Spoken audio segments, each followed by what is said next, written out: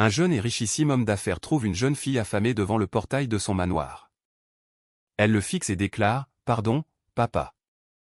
Je suis en retard. » La découverte qu'il s'apprête à faire va bouleverser son existence à tout jamais. La pluie s'abattait avec fureur contre les vitres du manoir Dubois en Normandie, comme si elle voulait y pénétrer de force. Cela n'affectait pas Léo. Le fracas de l'orage l'aidait au contraire à se focaliser sur les chiffres qui inondaient l'écran de son ordinateur. Des feuilles de calcul, des diagrammes, des prévisions financières. Tout son monde était condensé en chiffres et en pourcentages. Il approchait de 22 heures ce vendredi soir, et le bureau situé au rez-de-chaussée du manoir demeurait la seule pièce allumée. L'ensemble du personnel avait regagné ses logements ou était rentré chez soi. Léo aimait cette solitude. Le silence était son allié le plus sûr. Une fulguration zébra le ciel, éclairant d'une lumière crue le jardin parfaitement entretenu visible par les portes-fenêtres. Le coup de tonnerre qui suivit fit vibrer la demeure. 1 heure de plus et c'est terminé, se dit-il à voix basse, rajustant ses lunettes de lecture. Léo Dubois était ce que l'on pouvait appeler un homme qui avait réussi. À 38 ans, il était à la tête de l'une des plus importantes sociétés technologiques du pays. L'argent, le pouvoir, la considération. Il avait tout ce que le monde convoitait. Cependant, il résidait seul dans un manoir démesurément grand pour un homme seul, et son agenda personnel était une simple litanie de rendez-vous professionnels et de dîners d'affaires. Il allait passer en revue le dernier dossier de la soirée quand on frappa à la porte d'entrée, le tirant de sa concentration.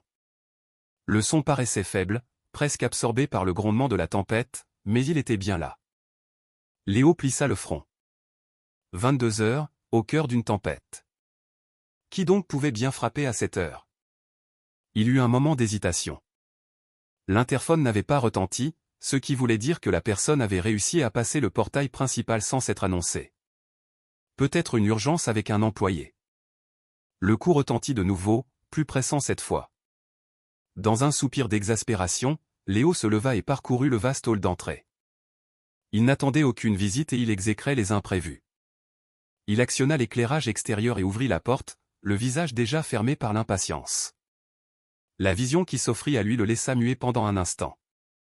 Une petite fille, âgée d'environ 5 ans, se tenait là, entièrement trempée, ses cheveux châtains plaqués sur son visage, serrant contre elle un sac à dos tout aussi détrempé. Elle grelottait de manière évidente, levant vers lui de grands yeux bruns qui, malgré une fatigue palpable, scintillaient d'une curieuse détermination. « Puis-je faire quelque chose pour vous ?» s'enquit Léo, totalement dérouté par la présence de cet enfant seul. La fillette déglutit avec peine, toujours secouée de tremblements. Puis elle dit quelque chose qui fit s'effondrer le monde de Léo. « Vous êtes bien Léo Dubois ?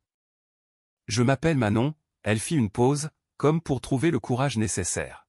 « Vous êtes mon père. » Léo eut la sensation de recevoir un violent coup à l'estomac. Son premier instinct fut de refermer la porte brutalement et de faire comme si de rien n'était. Une méprise, une farce de mauvais goût? Ou peut-être une escroquerie sophistiquée? Je crois qu'il y a erreur, répliqua-t-il d'un ton glacial. Mais il fut incapable de fermer la porte. Cet enfant, Manon, semblait si vulnérable sous les assauts de la pluie. Maman m'avait prévenu que vous ne sauriez rien à mon sujet, continua-t-elle, sa voix petite mais assurée. Elle m'a dit que si quelque chose lui arrivait, il fallait que je vienne vous voir. Léo avait toujours la main sur la poignée, déchirée entre la suspicion et une sensation étrange qui lui interdisait d'ignorer la situation. « Où se trouve votre mère ?» demanda-t-il, s'efforçant de rester sur ses gardes. Manon baissa les yeux pour la première fois. « Je ne sais pas. On était au supermarché local à côté du gîte, et il y avait plein de monde, et je me suis perdu. J'ai attendu, mais elle n'est pas revenue. Maman m'a toujours dit que si on se perdait et que je ne la retrouvais pas, il fallait que je vienne ici. » Un nouveau coup de tonnerre fit trembler le ciel, et la fillette se recroquevilla. Léo regarda par-dessus son épaule la tempête qui semblait redoubler de violence. Il ne pouvait décemment pas la chasser, même si son récit paraissait fantaisiste. Aucun enfant ne devrait être seul dehors par une nuit pareille. « Comment êtes-vous venu ?» interrogea Léo, n'ouvrant toujours pas la porte en grand. « En taxi, » répondit Manon. « Maman m'avait fait apprendre votre adresse par cœur. Au cas où. » Elle plongea la main dans la poche de sa veste mouillée et en sortit des billets chiffonnés et humides. J'ai pris l'argent de secours. Léo marqua une dernière hésitation. Une part de lui, celle, glaciale et logique, qu'il avait hissée au sommet de la haute finance, lui soufflait que c'était un piège, qu'il devait appeler la police sans délai, qu'il ne devait pas s'en mêler. Mais une autre voix, une qui s'exprimait rarement, ne pouvait se résoudre à abandonner cet enfant transi de froid sous la pluie. « Entrez, dit-il enfin, ouvrant la porte plus largement. On va tirer ça au clair. » Manon avança d'un pas timide dans le hall, laissant une flaque sur le marbre. Elle paraissait encore plus frêle sous le lustre de cristal. « Quel est le nom de famille de votre mère » demanda Léo après avoir refermé la porte. « Chloé Mercier » répondit Manon sans hésiter. Léo fronça les sourcils. Ce nom lui était totalement inconnu. Il était persuadé de n'avoir jamais fréquenté de Chloé Mercier. Du moins, aucun souvenir ne lui revenait. Manon éternua, ce qui ramena Léo à l'instant présent. Peu importait la vérité, la petite avait besoin de vêtements secs et d'un repas chaud. « Mon ton, dit-il, son ton toujours distant. Il faut vous sécher avant qu'on tombe malade tous les deux. Manon acquiesça et le suivit dans le grand escalier menant à l'étage. Ses pas mouillés marquaient le tapis, et Léo s'efforça de ne pas imaginer la réaction de sa gouvernante le lendemain. Le manoir du bois disposait de 5 suites pour les invités, toutes entretenues à la perfection bien que presque jamais occupées. Léo mena Manon à la plus petite, alluma la lumière et ouvrit l'armoire. « Je n'ai pas de vêtements pour enfants, bien entendu, déclara-t-il en sortant un t-shirt blanc basique. Cela fera l'affaire comme chemise de nuit. La salle de bain est par là. Prenez un bain bien chaud et séchez-vous comme il faut. » Manon s'empara du t-shirt avec une délicatesse surprenante, comme s'il s'agissait d'un trésor. « Merci, chuchota-t-elle si faiblement que Léo eut du mal à l'entendre. « Je vous prépare à manger, ajouta-t-il en se dirigeant vers la sortie. Je serai en bas quand vous aurez fini. En redescendant, Léo prit son téléphone, songeant à appeler la police immédiatement. Un enfant égaré, c'était une affaire pour les forces de l'ordre. Pas pour lui. Mais quelque chose le retenait. Chloé Mercier. Il tenta de nouveau de mettre un visage, un souvenir sur ce nom. Rien. Néanmoins, l'affirmation de Manon qu'il était son père ne pouvait être balayée d'un revers de la main. Si c'était la vérité, et il en doutait fort, cela engendrerait des complications inouïes dans sa vie méticuleusement organisée. Si c'était un mensonge, il devait découvrir le fin mot de l'histoire. Dans la cuisine, il réunit de quoi faire une tartine et chauffer une soupe instantanée. C'était frugal, mais cela la réchaufferait. Tandis que l'eau chauffait, Léo se surprit le regard fixé sur la fenêtre, où se reflétait son propre visage crispé. 15 minutes s'écoulèrent avant que Manon n'apparaisse sur le seuil de la cuisine. Le t-shirt blanc lui tombait sur les genoux, et ses cheveux encore mouillés paraissaient plus sombres. Elle semblait moins craintive, mais sa vulnérabilité persistait, le mettant mal à l'aise. « Installez-vous, dit-il en désignant un des tabourets hauts du comptoir. Manon obtempéra, y grimpant non sans peine. Ses pieds nus se balançaient dans le vide. Léo posa la tartine et la soupe devant elle. « Comment saviez-vous où j'habitais » demanda-t-il alors qu'elle attaquait son repas avec un appétit féroce. Entre deux bouchées, Manon expliqua, « Maman a toujours su. Elle disait que c'était important que je le sache, au cas où j'aurais besoin de vous. » « Et pourquoi auriez-vous besoin de moi » insista Léo, l'épiant. Manon haussa les épaules, absorbée par son assiette. « Parce que vous êtes mon papa. » C'est ce que maman disait.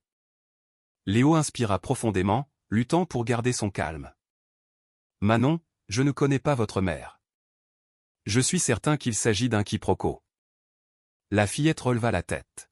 « Elle m'avait prévenu que vous diriez ça. »« Et quoi d'autre » questionna Léo en croisant les bras. Manon avala une cuillerée de soupe avant de poursuivre. « Que vous ne vous souviendriez plus d'elle. Que ça remontait à loin.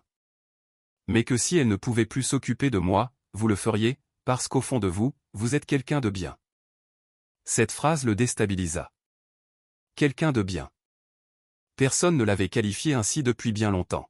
« Je contacterai la police demain, » annonça-t-il d'une voix neutre. « Ils sauront comment retrouver votre mère. » Manon n'objecta pas. Elle se contenta d'un léger hochement de tête et continua son repas.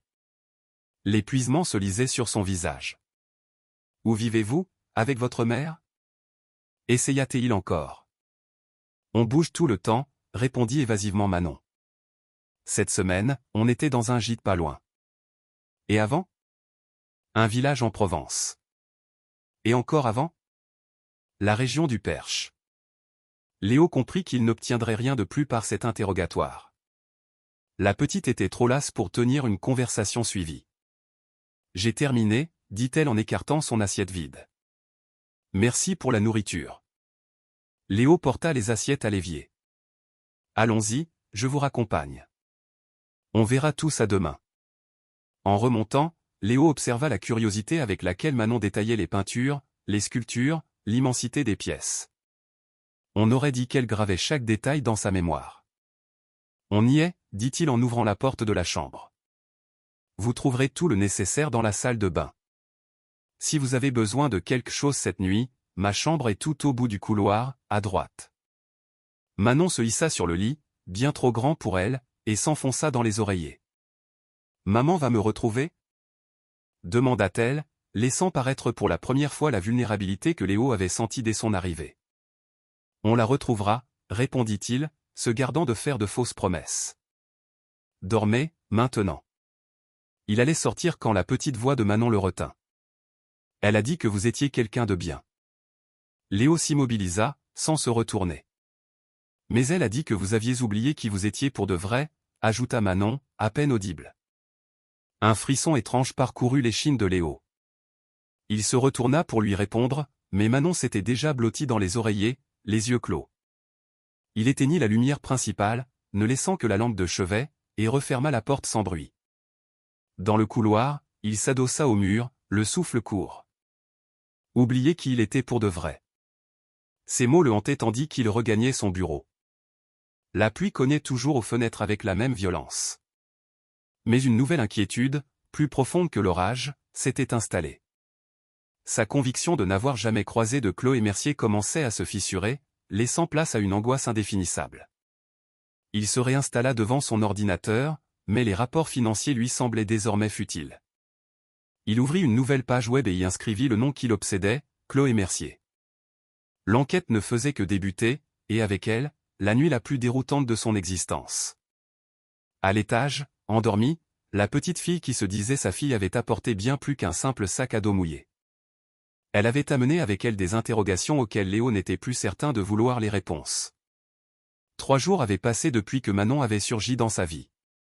Léo gardait une distance prudente, même après avoir vérifié que le gîte que la petite avait mentionné existait bien et qu'une Chloé Mercier y avait séjourné avec un enfant avant de s'évanouir à la date indiquée par Manon. La police avait ouvert une enquête pour disparition, mais sans résultat probant pour l'instant. Manon demeurait au manoir du Bois, s'habituant chaque jour un peu plus à cet endroit qui n'était pas le sien. Il faut que cette histoire soit tirée au clair, et vite, déclara Léo à son avocate, Christine Leroy, qui lui faisait face dans son bureau. Je veux un test ADN au plus vite. Christine réajusta ses lunettes carrées, évaluant la situation avec le sang-froid professionnel que Léo appréciait chez elle. Je peux m'en occuper pour cet après-midi, répondit-elle. Je connais un laboratoire qui traitera le dossier en priorité. Nous devrions avoir des résultats préliminaires sous 48 heures. Excellent. Léo tapota le bureau du bout des doigts. Et pour sa garde ? De facto, vous l'exercez déjà. Si le test confirme votre paternité, vous aurez un droit légal. Dans le cas contraire, Christine laissa sa phrase en suspens. Dans le cas contraire, nous saurons qui tire les ficelles et ce qu'il cherche, acheva Léo, sans masquer la dureté de son ton. Après le départ de Christine, Léo monta dans la chambre de Manon. Il la trouva assise sur son lit, dessinant sur un cahier que la gouvernante lui avait donné. « Manon ?» Sa voix la fit sursauter. « On doit faire un test. » « Quel test ?» Elle paraissait simplement curieuse, sans aucune anxiété. « Un test ADN. » « Tu sais ce que c'est ?» Manon acquiesça. « C'est pour voir si 2 personnes sont de la même famille. Comme un papa et sa fille. » Elle eut un petit sourire. « Maman m'avait dit que tu voudrais peut-être en faire un. » L'assurance de l'enfant l'agaçait. On aurait dit que Chloé Mercier avait préparé Manon à la moindre de ses réactions, au moindre de ses doutes. « Ça ne t'ennuie pas, alors ?» demanda Léo, la scrutant. « Non. » Manon se replongea dans son dessin. « Je sais que tu es mon papa. » Léo sentit une bouffée de chaleur l'envahir, un mélange de frustration et d'un trouble qu'il n'arrivait pas à identifier. Comment cet enfant pouvait-elle être si sûre d'elle? Pourquoi se sentait-il piégé? 2 heures plus tard, une infirmière du laboratoire conseillée par Christine arriva au manoir. Le prélèvement fut rapide. Un peu de salive de Léo, un peu de sel de Manon. La petite ne montra aucun signe de trac, alors que Léo peinait à dissimuler sa fébrilité. « Quand aurons-nous les résultats ?» demanda-t-il à l'infirmière. « Votre dossier est prioritaire, monsieur Dubois. 48 heures tout au plus. » Ces 48 heures furent les plus longues que Léo ait jamais vécues. Il tenta de se plonger dans son travail, mais son esprit vagabondait sans cesse vers la fillette dormant sous son toit, vers ce nom, Chloé Mercier, et vers ce sentiment tenace qu'il perdait la maîtrise de sa propre existence. Manon, elle, semblait chaque jour plus à son aise. Le matin du second jour, Léo la surprit dans la cuisine, aidant la gouvernante à préparer des crêpes. « Bonjour », lui lança-t-elle avec un naturel désarmant, comme si elle habitait là depuis toujours. « Tu veux des crêpes au chocolat? C'est les meilleures. » Léo déclina, se contentant de son café. Il observait l'assurance de Manon, la manière dont elle s'était déjà intégrée dans cette demeure qui n'avait jamais été un véritable foyer, même pour lui. Dans l'après-midi, le coup de fil que Léo à la fois attendait et redoutait arriva. « Monsieur Dubois, la voix du médecin du laboratoire était protocolaire. Nous avons les résultats préliminaires du test de paternité. » Léo sentit sa gorge se nouer. « Et alors ? » « La probabilité que vous soyez le père est supérieure à 99,9%. Il n'y a aucun doute, cet enfant est votre fille biologique. » Le temps sembla s'arrêter autour de Léo. Les mots résonnaient dans sa tête, mais leur sens lui échappait. Sa fille biologique. Une quasi-certitude. Comment était-ce possible? Comment pouvait-il avoir une fille de 5 ans et avoir oublié sa mère? « Monsieur Dubois, vous êtes toujours là? » La voix du médecin le tira de sa torpeur. « Oui, merci. Envoyez-moi le rapport complet par email. » Léo raccrocha et demeura figé plusieurs minutes, le regard perdu. Puis, il se dirigea lentement vers le salon où Manon regardait un dessin animé. Elle perçut sa présence immédiatement, et quelque chose dans son attitude dut trahir son état de choc. « Ils ont téléphoné, c'est ça? » demanda-t-elle simplement. Léo acquiesça, incapable d'articuler un mot. Manon sourit, non pas d'un air de triomphe, mais de soulagement. « Je le savais. » Comment? La question sortit comme un reproche. Comment le savais-tu alors que je l'ignorais moi-même? Comment puis-je avoir une fille et ne plus m'en souvenir? Le visage de Manon devint grave, d'une maturité déconcertante pour son âge. Maman a dit que tu ne te souviendrais pas. Que c'était compliqué. Compliqué?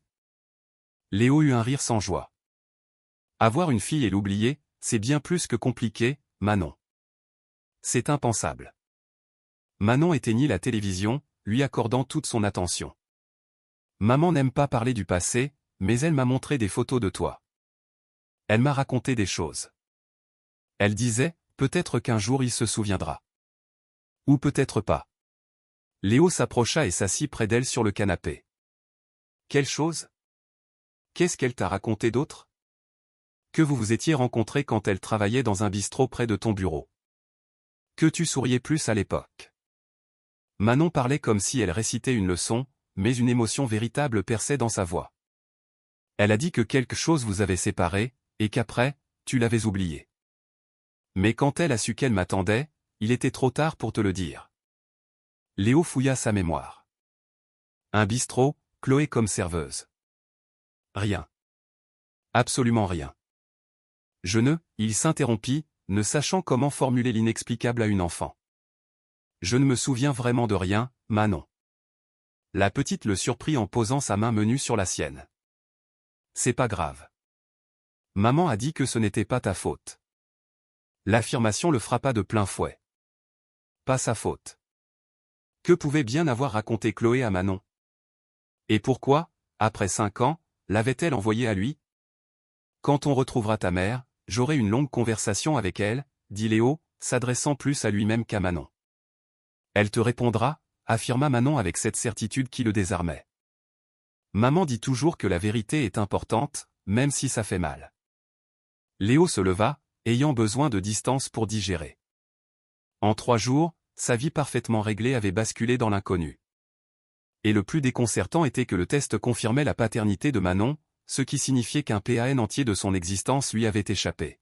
« Est-ce que je peux t'appeler papa, maintenant ?» La question de Manon le cueillit à froid. Léo la contempla, cet enfant si sûr d'elle qui portait ses gènes, qui avait ses yeux, et qui, d'une façon ou d'une autre, était une partie de lui. « Donnons-nous un peu de temps, répondit-il, sa voix plus douce qu'il ne l'aurait cru. On a beaucoup de choses à démêler avant. Mais la vérité du test ADN était là, implacable. Scientifiquement, biologiquement, Léo Dubois était père.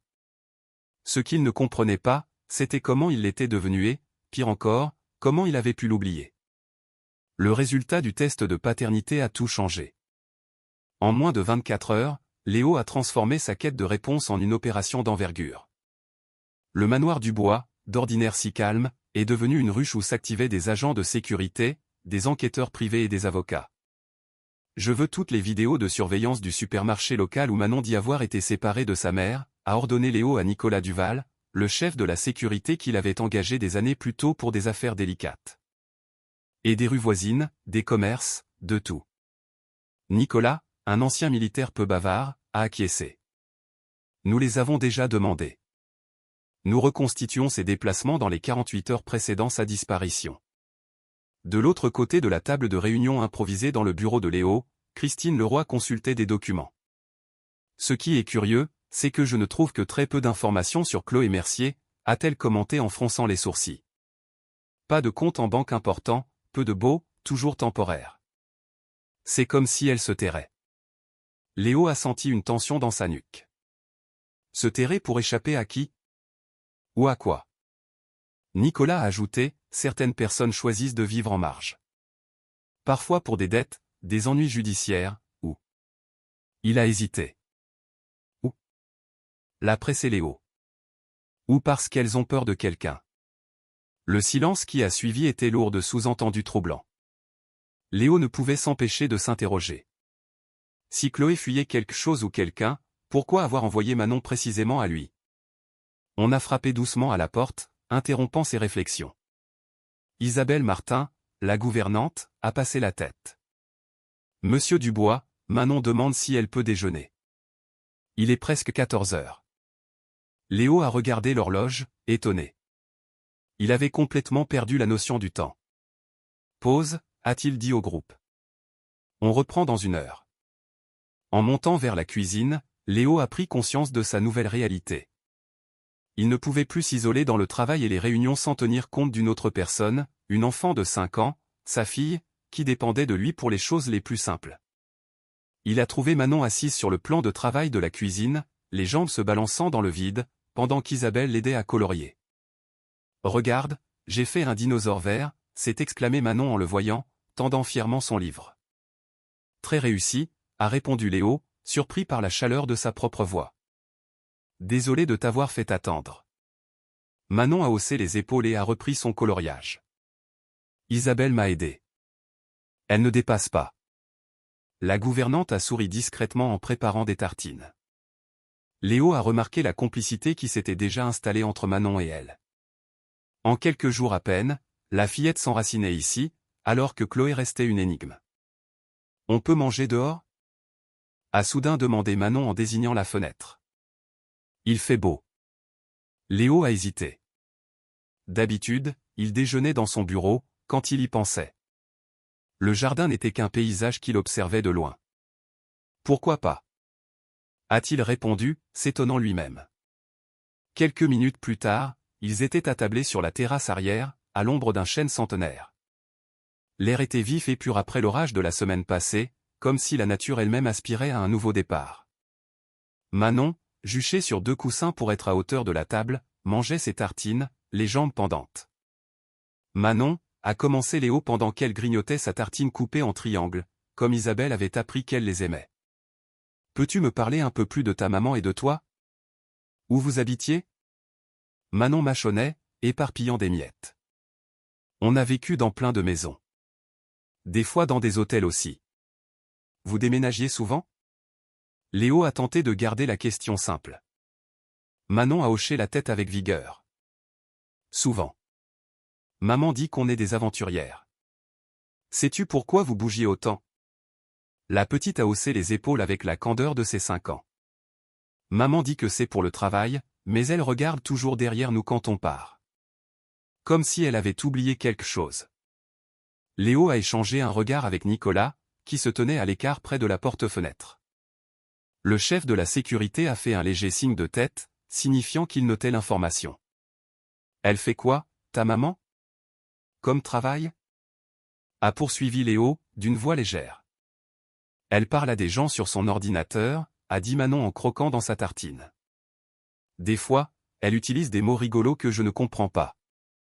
Des langues étrangères? Manon a acquiescé, la bouche pleine.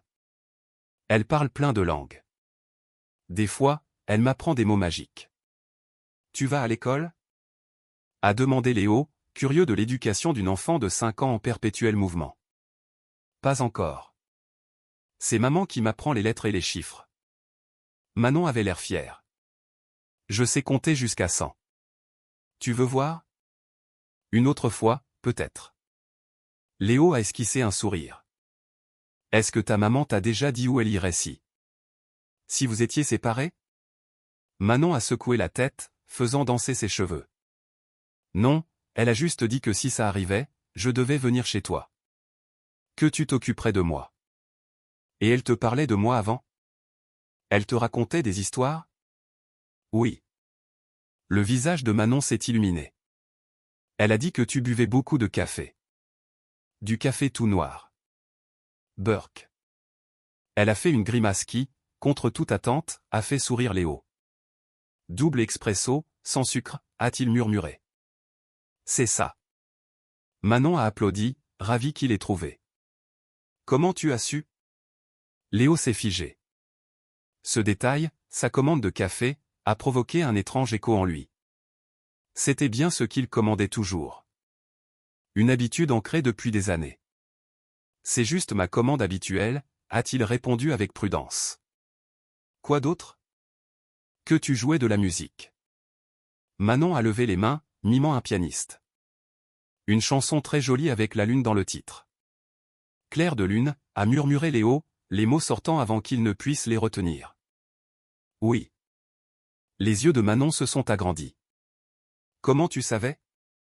Léo n'avait pas d'explication.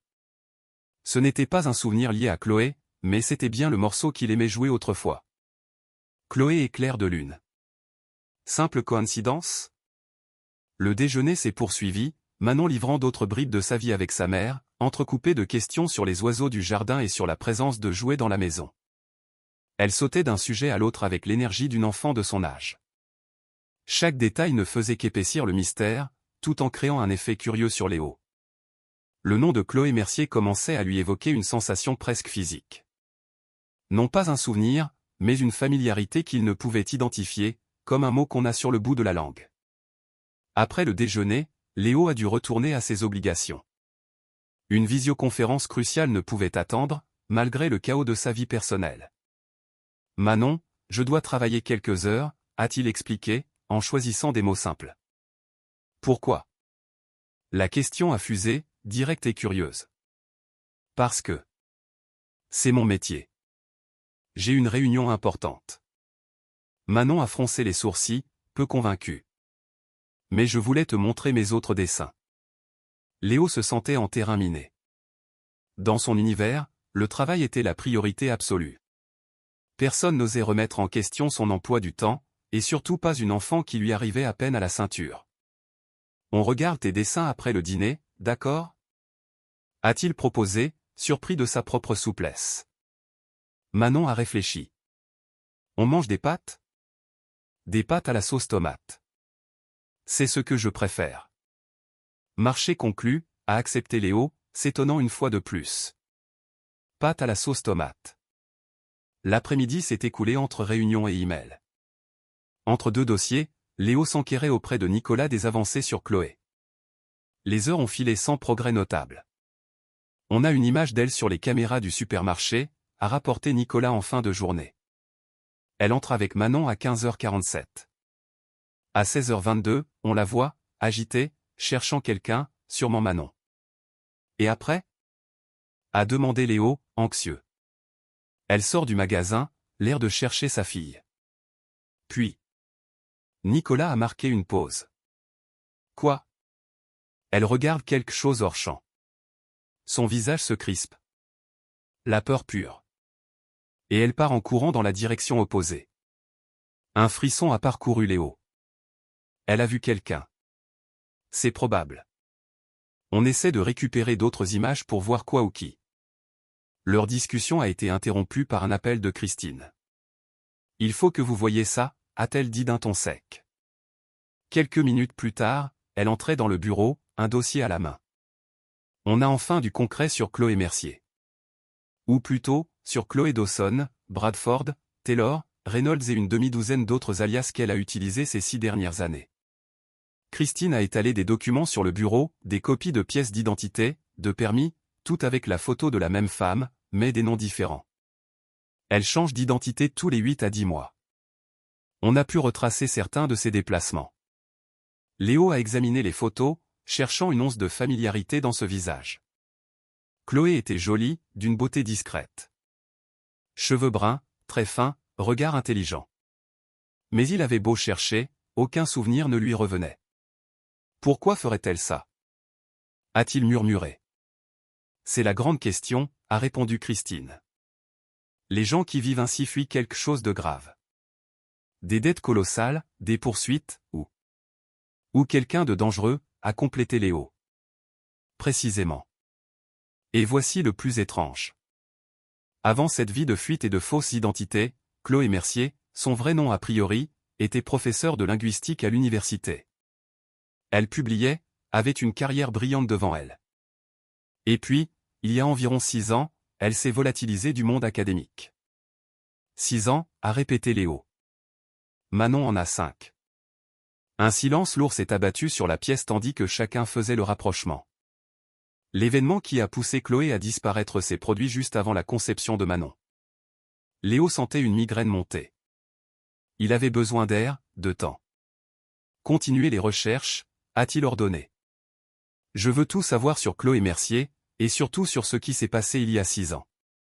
En sortant du bureau, Léo a erré dans les couloirs du manoir. Ses pas l'ont mené, sans qu'il s'en rende compte, à l'ancienne salle de musique, une pièce qu'il ne fréquentait plus. Le piano à queue trônait là, couvert d'une fine pellicule de poussière. D'un geste impulsif, Léo a retiré la housse et s'est assis. Ses mains ont survolé le clavier, hésitantes. Il était si absorbé qu'il n'a pas entendu Manon entrer. Il est immense, ce piano. Léo a failli se lever, gêné d'être surpris dans un moment d'intimité, mais quelque chose l'a retenu. Oui, c'est un piano à queue, a-t-il expliqué. Manon s'est avancée, les yeux ronds d'admiration. Elle semblait minuscule à côté de l'instrument. Tu vas jouer ? A-t-elle demandé, s'approchant comme si le piano était un animal sauvage. Je ne sais pas. Ça fait si longtemps. Maman a dit que tu jouais de la très belle musique. Manon a effleuré une touche, produisant une note isolée. Tu joues ? Encore elle. Chloé, qui savait des choses qu'elle n'aurait pas dû savoir, à moins qu'il n'ait vraiment eu un passé commun. Tu veux que j'essaie ? Léo s'est surpris lui-même. Manon a hoché la tête avec un enthousiasme débordant. Léo l'a aidé à se hisser sur le tabouret à côté de lui, d'où elle voyait à peine le clavier. Il a joué les premières notes de Clair de Lune, avec maladresse. Ses doigts étaient engourdis, mais peu à peu, les automatismes sont revenus. Les notes se sont enchaînées, d'abord fragiles, puis plus assurées.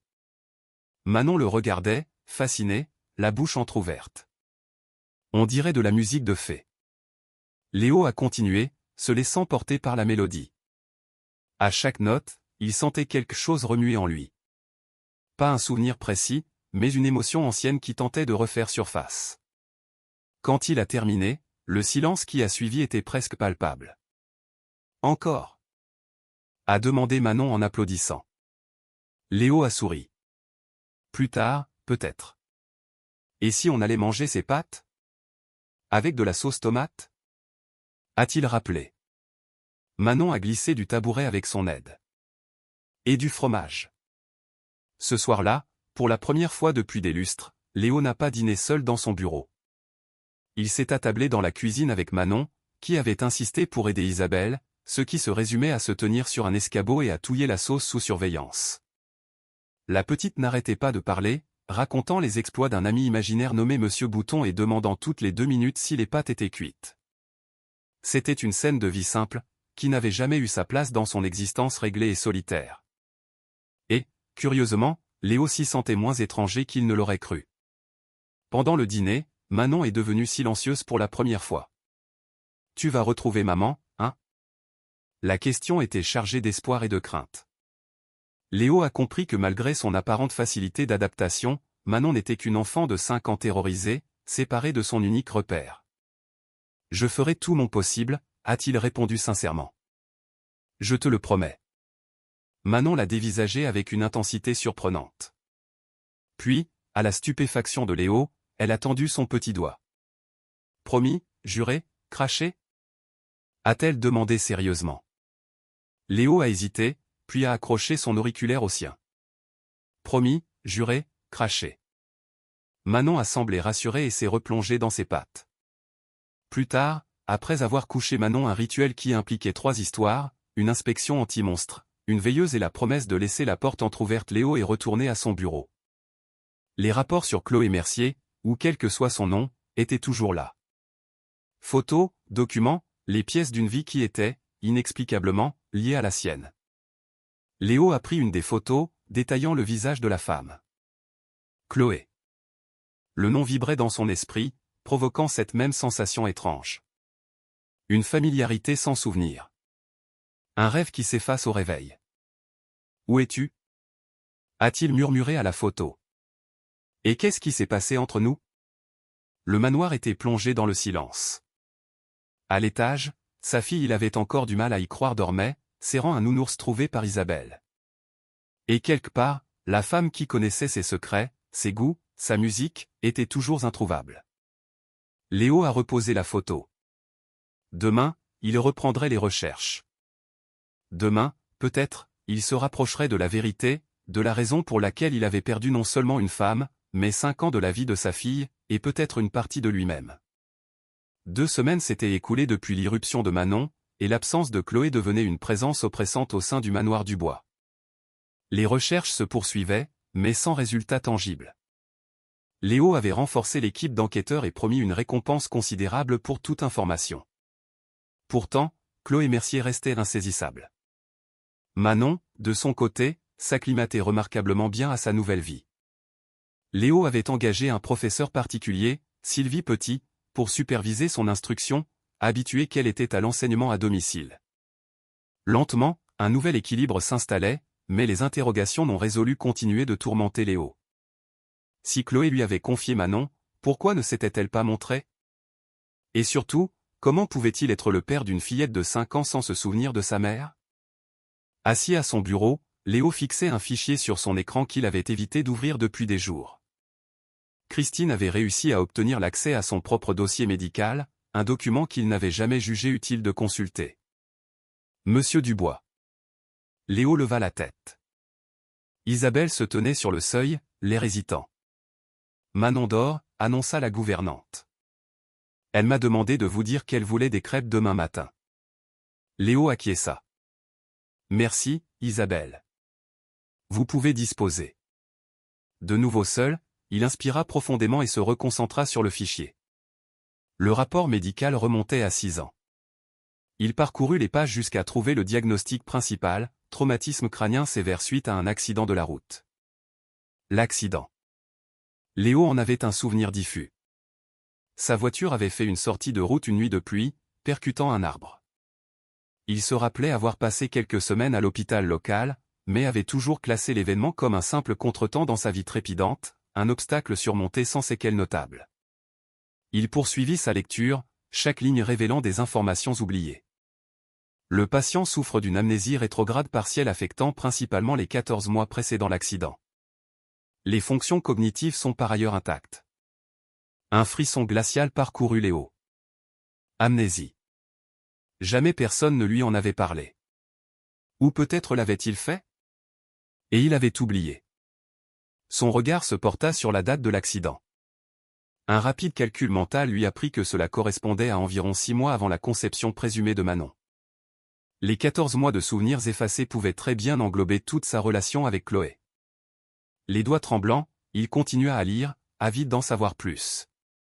Le patient est sorti après 3 semaines d'hospitalisation avec une recommandation pour un suivi neuropsychologique afin de traiter l'amnésie. Le pronostic de récupération de la mémoire est incertain. Un autre paragraphe attira son attention. Pendant son hospitalisation, le patient a reçu la visite quotidienne des membres de sa famille. Toute autre visite a été interdite à la demande de la famille Dubois. Léo ferma les yeux, s'efforçant d'assimiler cette nouvelle information.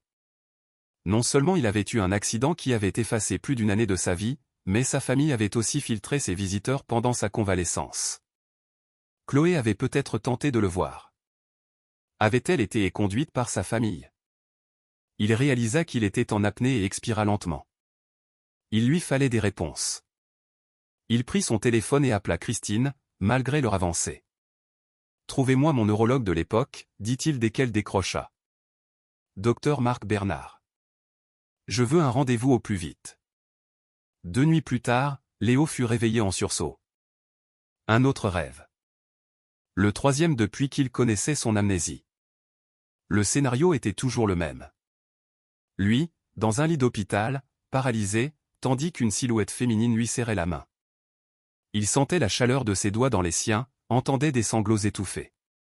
Mais lorsqu'il essayait de distinguer son visage, il restait flou, comme vu à travers une vitre embuée. Il se leva, sachant le sommeil perdu. Il était 3h17. Il enfila une robe de chambre et descendit boire un verre d'eau. En passant dans le couloir, il vit de la lumière sous la porte de Manon. Il s'approcha et poussa doucement la porte. La fillette était assise sur son lit, serrant son nounours sous la lueur de la lampe de chevet. Ses yeux étaient rouges et brillants. « Manon », Léo entra. « Qu'est-ce qui ne va pas ?»« J'ai fait un cauchemar », répondit-elle d'une petite voix. « Maman m'appelait, mais je n'arrivais pas à la trouver. » Léo s'assit maladroitement au bord du lit. Il ne savait toujours pas comment réconforter un enfant. « Ce n'était qu'un rêve, dit-il, essayant de se montrer rassurant. Tu es en sécurité ici. » Manon acquiesça, mais ne lâcha pas son nounours. « On la retrouvera quand, maman ?» Cette question, si directe et pleine d'un désir poignant, le frappa durement. Que répondre? Que malgré tous ses moyens, il n'avait aucune piste? Qu'il commençait à envisager le pire? « On fait tout ce qu'on peut, » répondit-il, se gardant de faire une promesse en l'air. Manon le sonda de ses grands yeux qui semblaient lire en lui. Maman dit que quand on a peur, il faut être plus fort que la peur. Léo esquissa un sourire. Ta mère a l'air d'une femme très sage. Elle l'est, dit Manon, se détendant un peu. Et très forte. Une fois, notre voiture est tombée en panne, et elle l'a réparée toute seule. Elle a réparé une voiture? Demanda Léo, étonné. Oui, elle a ouvert le capot et a bricolé des trucs. Ça a pris du temps, mais ça a remarché. Manon semblait fière. Maman sait tout faire. Léo resta silencieux, digérant cette nouvelle information. Chaque anecdote de Manon sur Chloé dessinait un portrait plus complexe de cette femme mystérieuse qui était entrée et sortie de sa vie sans laisser de traces dans sa mémoire. « Tu veux que je reste avec toi jusqu'à ce que tu te rendormes ?» proposa-t-il. Manon hocha la tête et se recoucha. Léo resta à ses côtés, gauche mais présent. En quelques minutes, la respiration de la fillette devint lente et profonde. Même après qu'elle se fût endormie, Léo resta un moment à la contempler. Comment avait-il pu passer à côté des 5 premières années de la vie de sa fille? Comment avait-il pu totalement oublier sa mère? Et s'il ne recouvrait jamais ses souvenirs? S'il ne se souvenait jamais de Chloé? Le lendemain matin, Léo attendait dans la salle d'attente discrète d'un cabinet médical en centre-ville. Il avait obtenu un rendez-vous avec son ancien neurologue, le docteur Marc Bernard, un homme d'âge mûr à l'allure professorale. Monsieur Dubois, le salua le médecin en l'introduisant dans son cabinet. J'ai été surpris de votre appel. Cela fait 6 ans que nous ne nous sommes pas vus. Léo s'assit. Docteur, j'ai appris récemment que j'avais une fille de 5 ans. Le docteur Bernard haussa les sourcils, mais son expression resta neutre. Je vois. Et c'est en lien avec votre accident? Apparemment. Sa mère, Chloé Mercier. Je n'ai aucun souvenir d'elle, mais tout porte à croire que nous avons eu une relation durant la période que j'ai oubliée suite à mon amnésie. Le médecin acquiesça, consultant un dossier. Votre amnésie rétrograde a touché une période d'environ 14 mois avant l'accident. Il est tout à fait plausible que vous ayez eu une relation importante durant cette période. Pourquoi ne m'en a-t-on jamais parlé? Léo ne put contenir sa frustration. Pourquoi ne m'a-t-on pas dit que j'avais perdu plus d'1 an de ma vie? Le docteur Bernard ajusta ses lunettes, pesant ses mots. Monsieur Dubois, j'ai informé votre famille de votre état. C'est votre père qui a décidé de la marche à suivre. Il soutenait que le stress d'une telle nouvelle nuirait à votre convalescence. Mon père, répéta Léo avec amertume. Évidemment. Jean Dubois, le patriarche contrôlant, n'avait jamais vu d'un bon œil les relations de Léo. Vous êtes venu me consulter quelques fois après votre sortie, poursuivit le médecin. Mais après quelques séances, vous avez décidé d'arrêter. Vous disiez vous sentir bien et vouloir aller de l'avant. Léo fronça les sourcils. Il ne se souvenait pas d'avoir pris cette décision. C'est fréquent dans les cas d'amnésie, expliqua le docteur Bernard, notant la confusion de Léo. Certains patients préfèrent ne pas remuer les souvenirs perdus, surtout s'ils peuvent fonctionner normalement. Vous aviez votre entreprise, votre routine. Maintenant, j'ai une fille, acheva Léo. Et je ne me souviens pas de sa mère. Le médecin acquiesça. Y a-t-il eu des changements récents? Des flashbacks, des rêves récurrents? Léo hésita. Des rêves. Une femme à l'hôpital qui me tient la main. Je ne vois pas son visage. C'est un bon signe, dit le docteur Bernard. Cela signifie que les souvenirs sont là, mais inaccessibles. Nous pouvons essayer des approches thérapeutiques pour vous aider à les retrouver. Lesquelles? Thérapie cognitivo-comportementale, hypnose clinique, technique de visualisation, énuméra le médecin. Mais je vous préviens, la récupération de souvenirs traumatisants ou à forte charge émotionnelle peut être un processus ardu. Je veux essayer, décida Léo.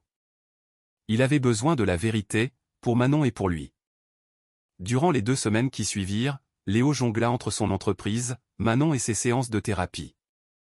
3 fois par semaine, il rencontrait le docteur Clara Lefebvre, une neuropsychologue spécialisée dans la récupération de la mémoire, recommandée par le docteur Bernard. Les séances étaient éprouvantes, souvent frustrantes. Exercices de visualisation, relaxation profonde, hypnose clinique. Tout était mis en œuvre pour accéder à ces 14 mois perdus. Le cerveau se protège, expliqua le docteur Lefebvre lors d'une séance particulièrement ardue. Après un traumatisme comme votre accident, il peut verrouiller les souvenirs de la période précédente comme un mécanisme de défense. Mais 6 ans ont passé, objecta Léo. Le temps n'est pas toujours le facteur clé. Sans les bons déclencheurs, certains souvenirs peuvent rester bloqués à jamais. Lors d'une séance, le docteur Lefebvre demanda à Léo d'apporter une musique qu'il écoutait à l'époque de l'accident. Il choisit Debussy, et notamment Clair de Lune, le morceau qu'il associait étrangement à Chloé. Allongé dans le cabinet silencieux, Léo ferma les yeux tandis que les notes délicates emplissaient la pièce. Le docteur Lefebvre le guida dans un exercice de relaxation, lui demandant d'imaginer un couloir avec de nombreuses portes. Chaque porte peut receler un souvenir, dit-elle doucement. Contentez-vous de les observer. Ne forcez rien. Léo visualisa le couloir, se sentant profondément détendu. Les portes apparurent dans son esprit, toutes closes. Il avança mentalement jusqu'à ce qu'une porte attire son regard.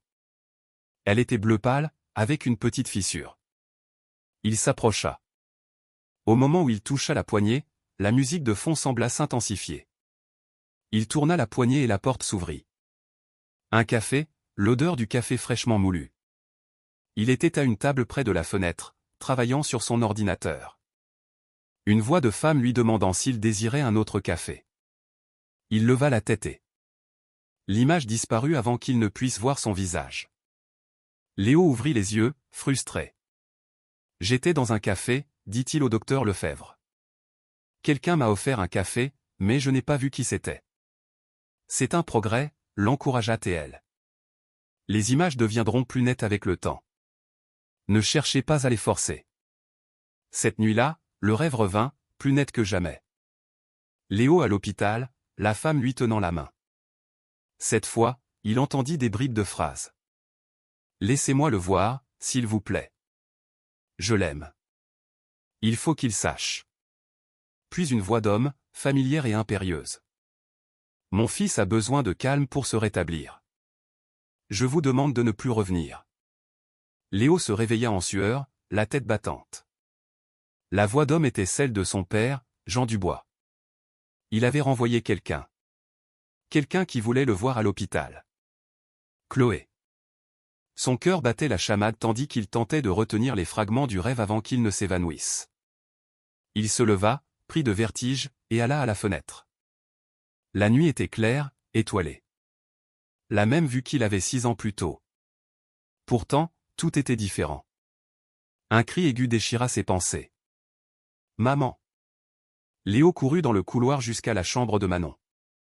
Il la trouva assise, les joues inondées de larmes, encore prisonnière de son cauchemar. « Manon, dit-il doucement en s'asseyant près d'elle. C'est moi. Tu es en sécurité. » La fillette le regarda, les yeux embués, avant de le reconnaître. Puis, sans crier gare, elle se blottit contre lui, secouée de sanglots. « J'ai rêvé que maman avait peur, Octa et elle. Elle courait et m'appelait, mais je n'arrivais pas à la rejoindre. » Léo la serra maladroitement, sentant son petit corps trembler. « Ce n'était qu'un rêve, murmura-t-il, bien qu'il craignît que ce soit plus que cela. Si Chloé fuyait réellement un danger. »« Je veux ma maman, » sanglota Manon contre son épaule. « Je sais, » répondit-il, se sentant terriblement impuissant. Que dire? Comment consoler une enfant dont la douleur faisait écho à sa propre incapacité à retrouver son passé et à obtenir des réponses? « Je la trouverai, promit-il, même s'il n'était pas sûr de pouvoir tenir cette promesse.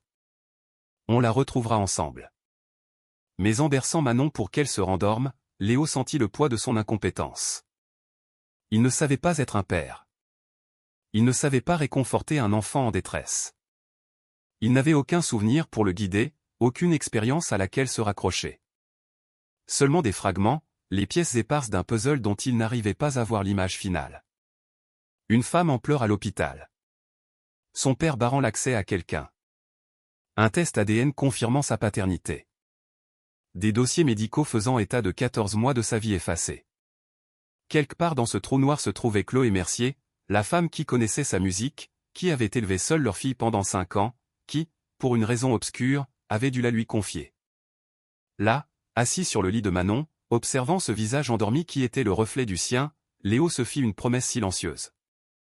Il trouverait Chloé. Il recouvrerait ses souvenirs.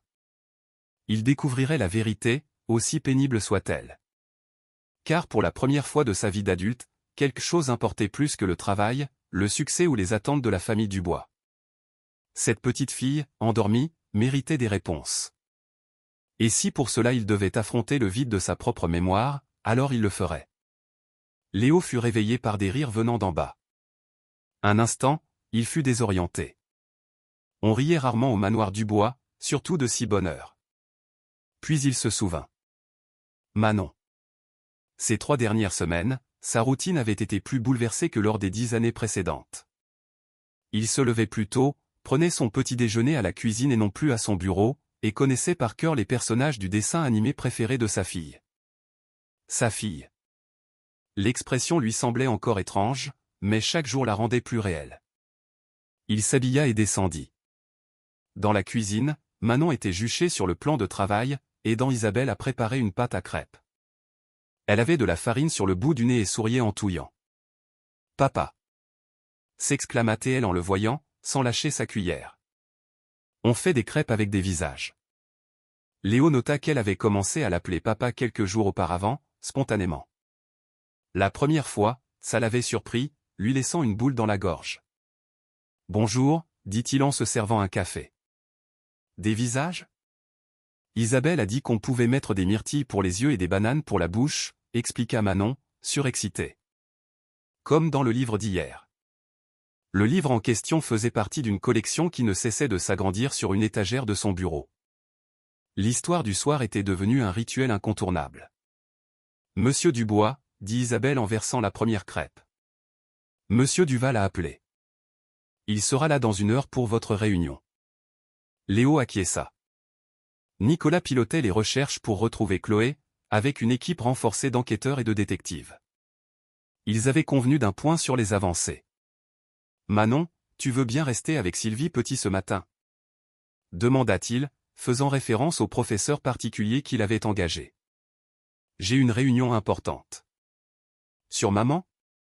demanda Manon sans détour, ses grands yeux plantés dans les siens.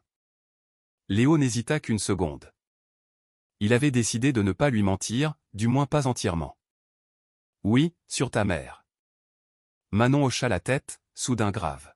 « Je vais lui faire un dessin pendant ce temps, pour quand on la retrouvera. » L'optimisme sans faille de l'enfant laissait parfois Léo pantois.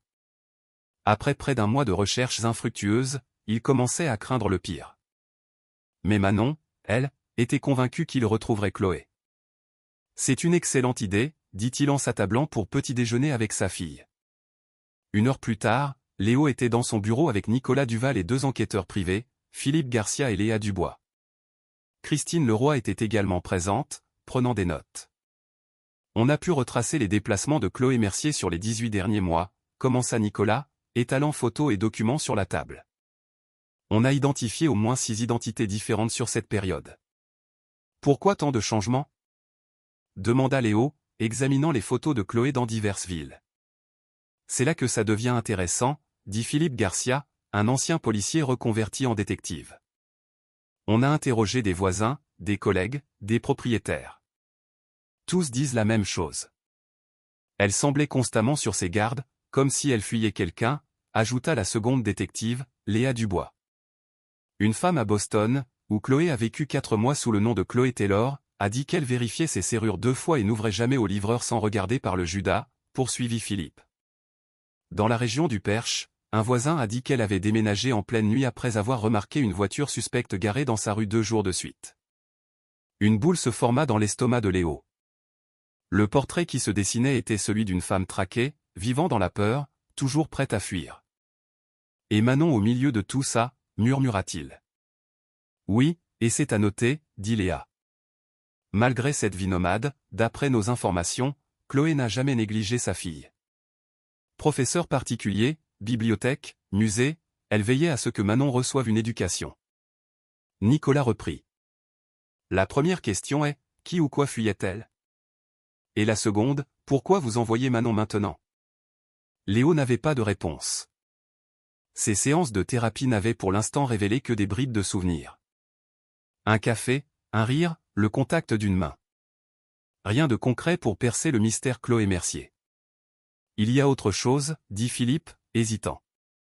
On a retrouvé une personne qui a eu des contacts réguliers avec Chloé, une certaine Sofia Rodriguez, sur la côte d'Opale. Elle a été sa voisine pendant 3 mois il y a 1 an. Et l'encouragea Léo. Sofia a dit que Chloé lui avait confié être poursuivie par quelqu'un de très puissant, capable d'acheter n'importe qui. Philippe marqua une pause. Elle a aussi dit que Chloé avait peur qu'on s'en prenne à sa fille. Un frisson parcourut Léo. Ça explique pourquoi elle m'a envoyé Manon. Si elle pensait que je pouvais la protéger. Mais ça n'explique pas pourquoi elle ne s'est pas manifestée, fit remarquer Christine. Ni pourquoi elle a attendu 5 ans. Un silence pesant s'installa. La possibilité que Chloé soit en réel danger devenait de plus en plus tangible. Il faut intensifier les recherches, décida Léo en se levant. Doubler les effectifs. Augmenter la récompense. Et je veux une sécurité renforcée ici pour Manon. Nicolas acquiesça. J'ai déjà mis en place des protocoles de sécurité avancés.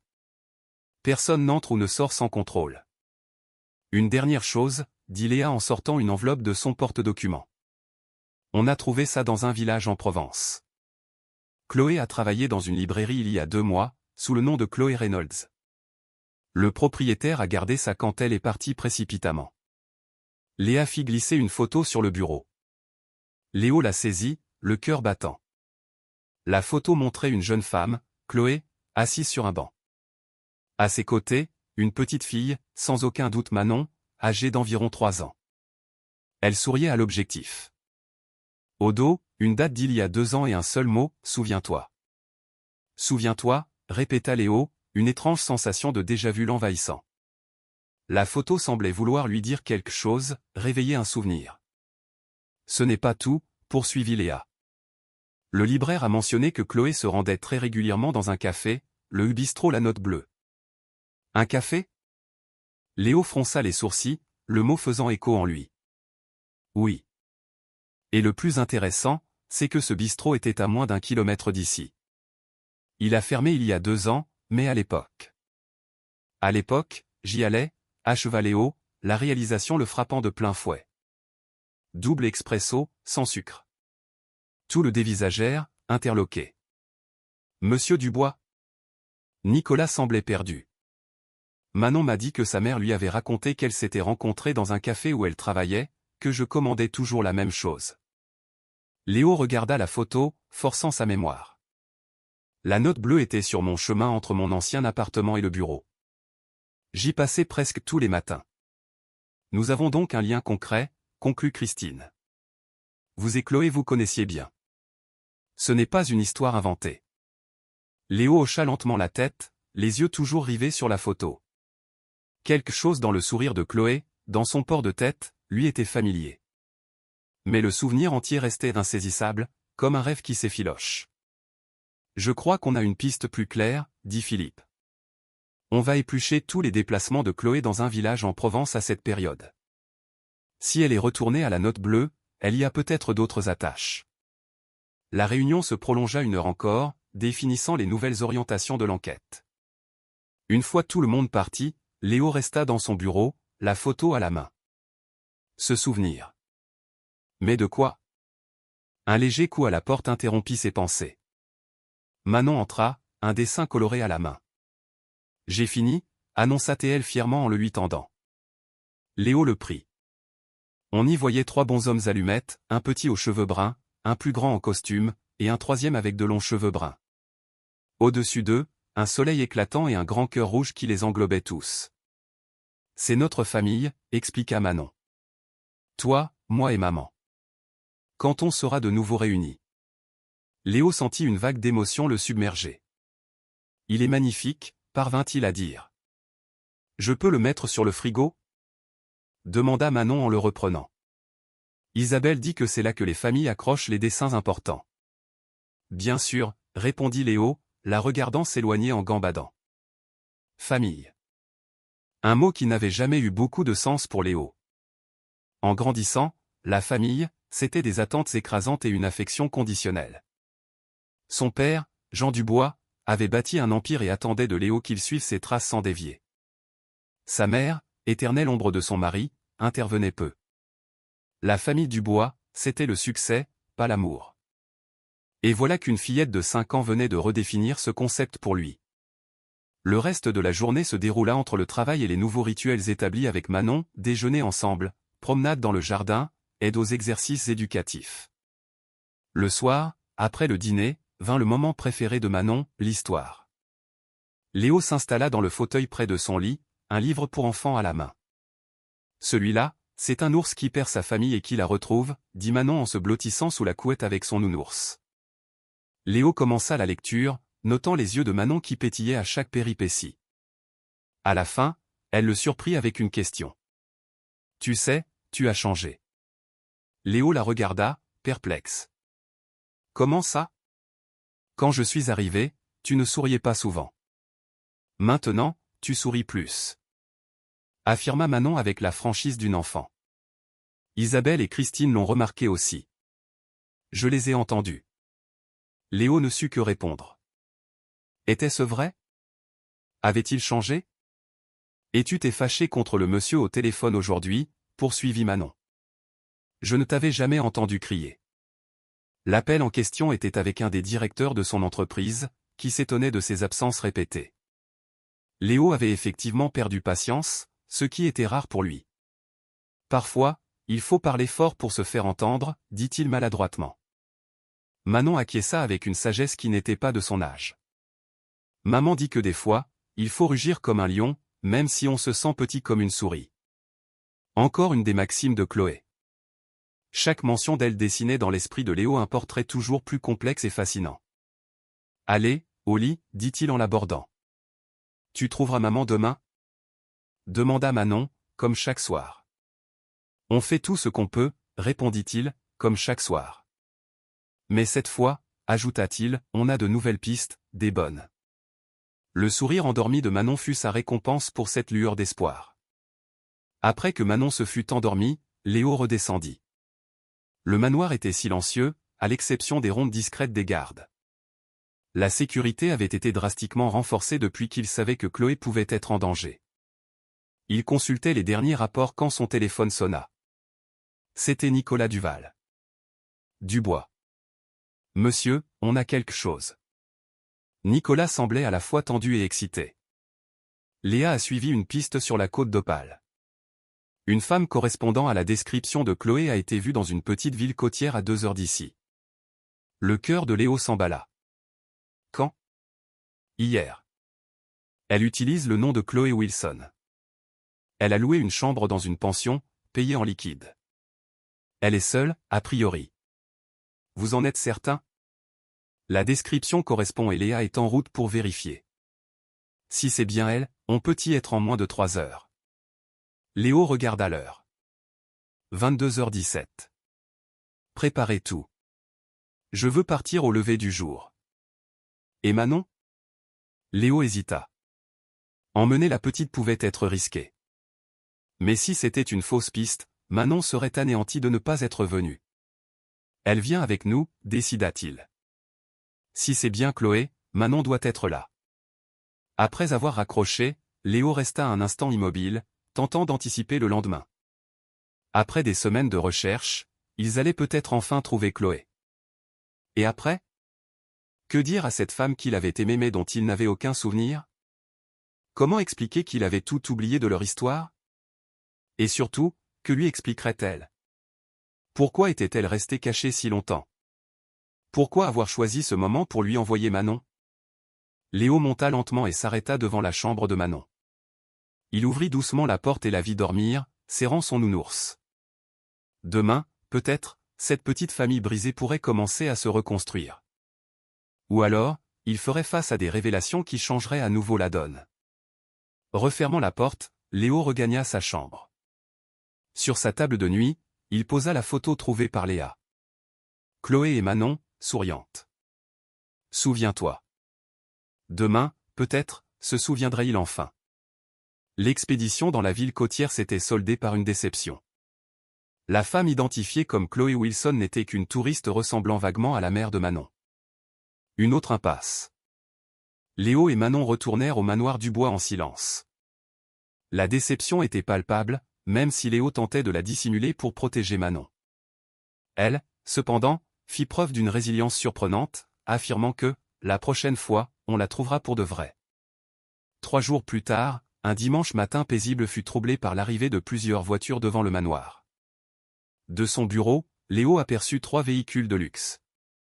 Une Bentley noire qu'il reconnut immédiatement, flanquée de 2 SUV. Zut, grommela-t-il. La dernière personne qu'il souhaitait voir venait de débarquer à l'improviste.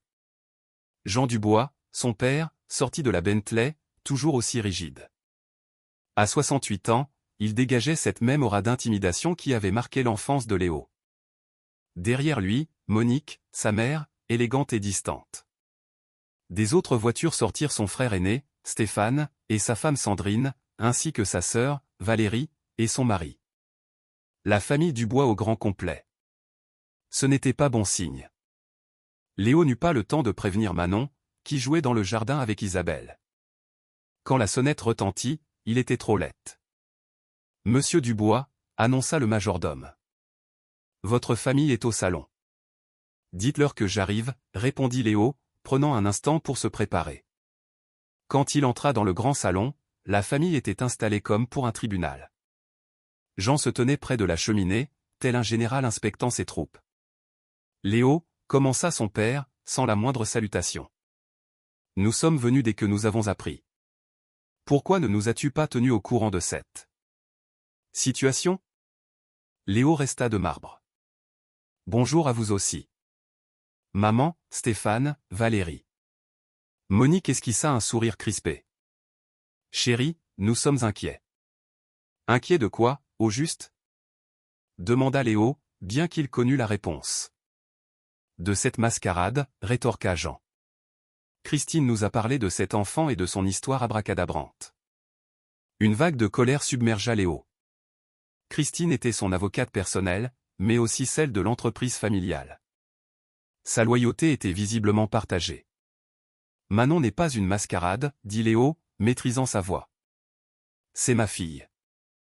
Le test ADN le prouve. L'ADN, ça ce truc, intervint Stéphane avec le ton condescendant que Léo exécrait, surtout quand il y a de l'argent en jeu.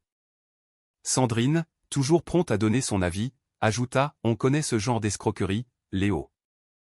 Une femme sort de nulle part avec un enfant et prétend qu'il est d'un homme riche. C'est un grand classique. » L'enfant n'est pas sorti de nulle part, répliqua Léo. Et Chloé ne réclame rien. Elle ne s'est pas encore montrée pour réclamer, insista Jean. C'est la première étape. On envoie l'enfant, on crée un lien affectif, puis on apparaît pour exiger des millions en échange du silence. Léo faillit éclater de rire. Son père s'inquiétait d'un scandale, alors que ses propres agissements, 6 ans plus tôt, pourraient être bien pires. Le test ADN est formel, insista Léo. Manon est ma fille biologique. Et cette mère? Demanda Valérie, sa voix plus douce mais non moins méfiante. Qui est cette Chloé Mercier? Avant que Léo ne puisse répondre, la porte du salon s'ouvrit.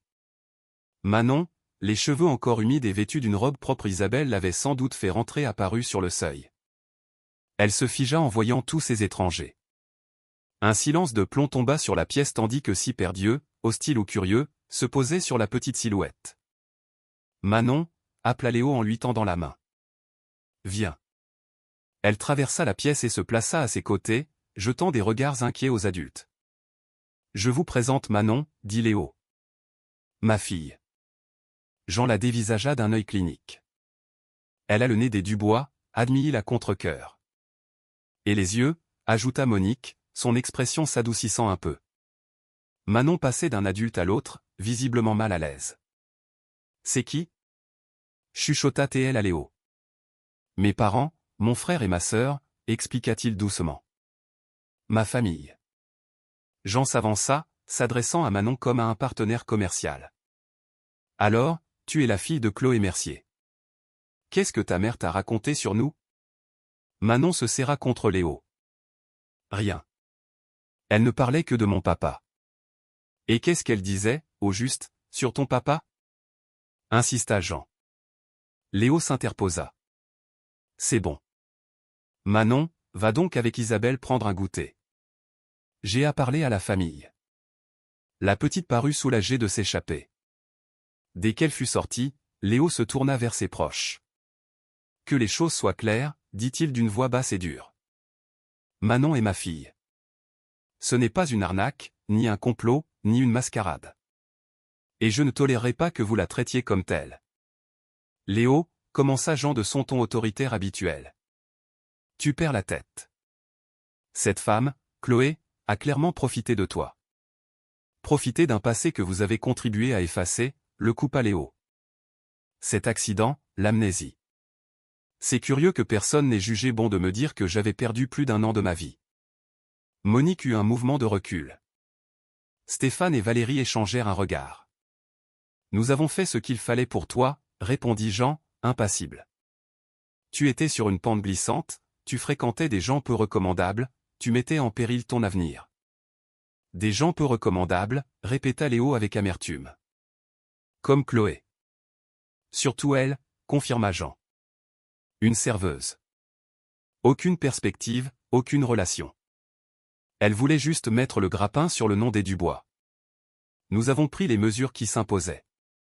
Cet aveu, prononcé sans le moindre remords, frappa Léo de plein fouet. Ses doutes étaient confirmés, sa famille avait délibérément écarté Chloé durant sa convalescence. Vous n'en aviez pas le droit, dit Léo, la voix tremblante de colère. Nous avions le devoir de protéger les intérêts de cette famille, rétorqua Jean. Et c'est ce que nous faisons. Cet enfant ne peut pas être intégré au nom des Dubois sans en mesurer les conséquences juridiques, financières et médiatiques. Léo les regarda tour à tour. Son père dominateur, sa mère effacée, son frère arrogant, sa sœur indécise. La famille qui avait toujours régi sa vie. Je ne le dirai qu'une fois, déclara-t-il, sa voix plus assurée qu'elle ne l'avait jamais été face à son père. Manon est ma fille et elle reste avec moi. Je continuerai à chercher Chloé. Et aucun de vous n'interférera. Léo, commença Jean. Mais Léo l'interrompit. Si vous vous en mêlez, si vous faites quoi que ce soit contre Manon ou Chloé, je coupe les ponts. Mes parts dans la société, mon poste de PDG, mon nom. Prenez tout, mais Manon reste avec moi. L'ultimatum résonna dans le silence. Jean Dubois n'était pas habitué à la contradiction, surtout de la part de son plus jeune fils, le plus docile des trois. Tu n'es pas lucide, tenta à nouveau Jean. Cet enfant est là depuis quelques semaines. Nous sommes ta famille depuis 38 ans. Et en 38 ans, quand avez-vous agi dans mon intérêt? Le mien, pas celui du nom Dubois, le défia Léo.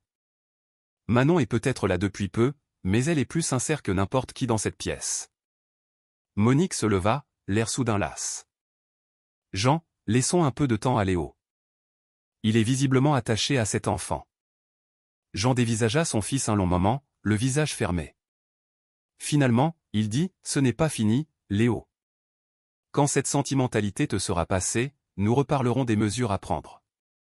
Il n'y a pas de mesures à prendre, répondit Léo. Juste une réalité à accepter. La famille Dubois repartit aussi cérémonieusement qu'elle était arrivée. Une fois la dernière voiture disparue, Léo sentit ses épaules s'affaisser, comme libéré d'un poids. Il retrouva Manon à la cuisine, dégustant une tartine. Elle le regarda de ses yeux vifs, semblant deviner la tension qui flottait encore. Ils ne m'ont pas aimé, dit-elle, comme une évidence. Léo s'assit près d'elle. Ils n'aiment pas grand-chose qu'ils ne contrôlent pas, répondit-il honnêtement. Mais ça n'a aucune importance. Pourquoi?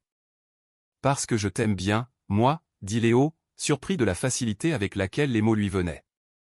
Et ça, personne ne peut le changer. Manon sourit et lui tendit la moitié de sa tartine. Un geste simple qui, pour Léo, valait plus que toutes les approbations de son père. À cet instant, il sut qu'il avait fait le bon choix. Pour la première fois, il avait choisi sa propre voie, et il ne reviendrait pas en arrière. Le téléphone a sonné à 3h17 du matin. Léo, au sommeil léger ces temps-ci, a décroché avant la deuxième sonnerie. Dubois, a-t-il dit, sur le qui-vive. On l'a trouvé. La voix de Nicolas Duval était sans équivoque. Chloé Mercier. On en est absolument certain cette fois. Léo s'est redressé dans son lit, le cœur battant. Où? Dans une chambre d'hôte, le refuge, à la périphérie d'Honfleur, à 1 heure de route. Notre contact local l'a formellement identifiée sur les photos. Elle est là depuis quand? Au moins 3 jours.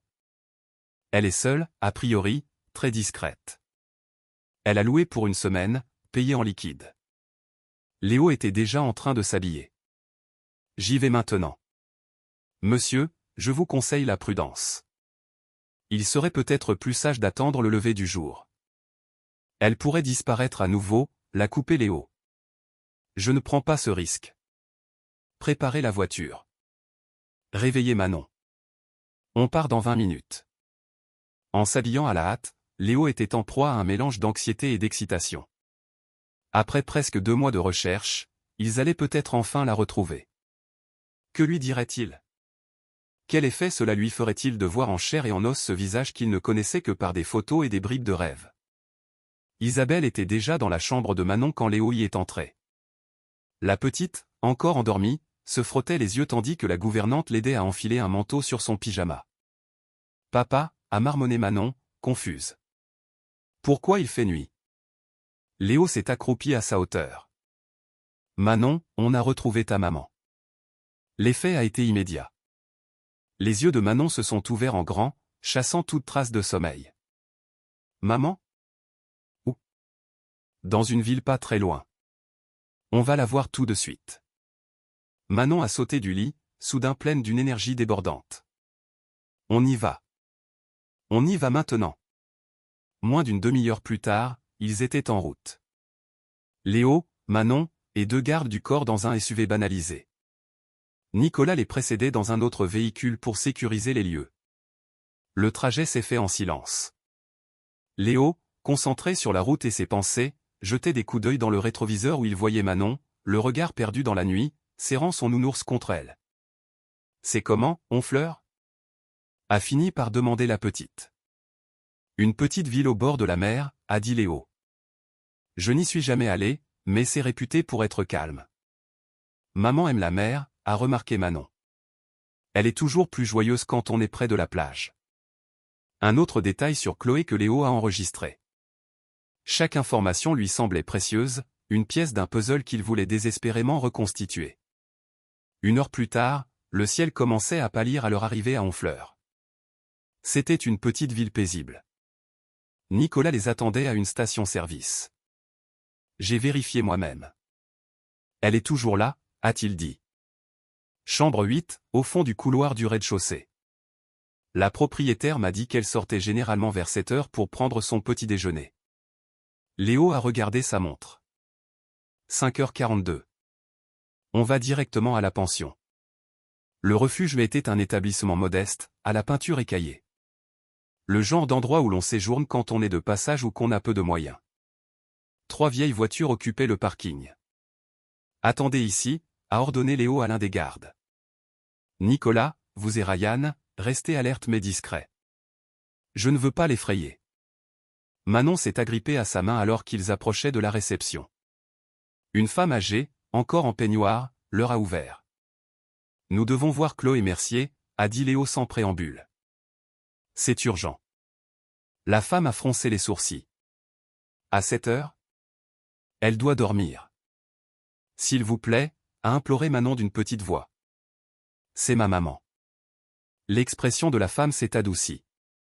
Elle a dévisagé Manon, puis a regardé Léo, semblant comprendre. « Chambre 8 » a-t-elle fini par céder. Au fond du couloir, à gauche.